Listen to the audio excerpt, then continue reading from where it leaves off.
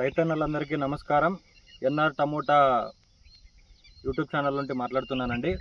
ఇప్పుడున్న పరిస్థితులు అయితే టమోటా నాటిన ప్రతి రైతుకి నాటిన 4-5 రోజుల్లోనే ముక్కలు చనిపోతున్నాయని అధికంగా ముక్కలు తెచ్చి నాటడము, మరియు నాటిన తర్వాత మళ్ళీ అధికంగా ముక్కలు చనిపోవడము, ఈ విధంగా దశలుగా మీరు ముక్కలు నాటడం వల్ల ఎటువంటి ఉపయోగం అనేది ఉండదండి. ముఖ్యంగా మనం తెలుసుకున్నట్లయితే ఇప్పుడు చూస్తున్న టమోటా తోటలో అయితే మీరు గమనించవచ్చు, చాలా తక్కువ వరకు మొక్కలు అనేవి చనిపోవడం జరిగింది. కారణం ఏమంటే మనము నాటిన రోజు నుండి నీళ్లు అనేది అధిక మోతాదులో పెట్టడం వల్ల ఏమవుతుందంటే మొక్క అనేది దానికి కావాల్సిన కంటే నీటి మోతాదు అనేది ఎక్కువ తీసుకోవడం వల్ల మనకి మొక్క వేరు దగ్గర నుండి మనకి ఇట్లా స్టెమ్ దగ్గర అనేది నిమ్మ అనేది ఎక్కువ విరుచుకోవడం వల్ల అక్కడ అనేది మనకి ఏమవుతుందంటే ఇలా మెత్తగా వేసి మొక్క అనేది చనిపోవడం జరుగుతుందండి. ముఖ్యంగా రైతులు ఏంటంటే మనం తెచ్చిన నారులో ఏదో ప్రాబ్లం ఉందనేసి, లేదా మనము అధికంగా మందులు వాడాలనేసి, అధికంగా పెట్టుబడి పెట్టాలనే ఆలోచనతో అయితే ఉండద్దండి.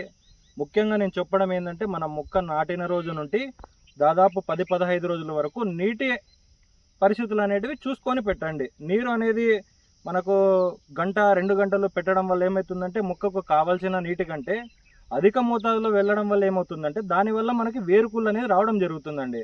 అంతేగాని దానివల్ల మొక్కకి ఎటువంటి ఉపయోగం లేదు.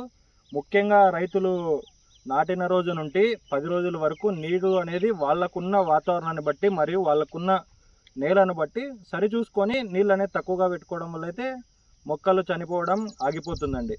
ఒకవేళ మనం నీళ్ళు అలా పెట్టడం వల్ల కూడా మొక్క అనేది చనిపోతుందంటే దానికి మనకి వేరుకుళ్ళు అనేది ఒకటి ఉంటుంది, మరియు వేరుపురుగు అనేది ఒకటి ఉంటుందండి.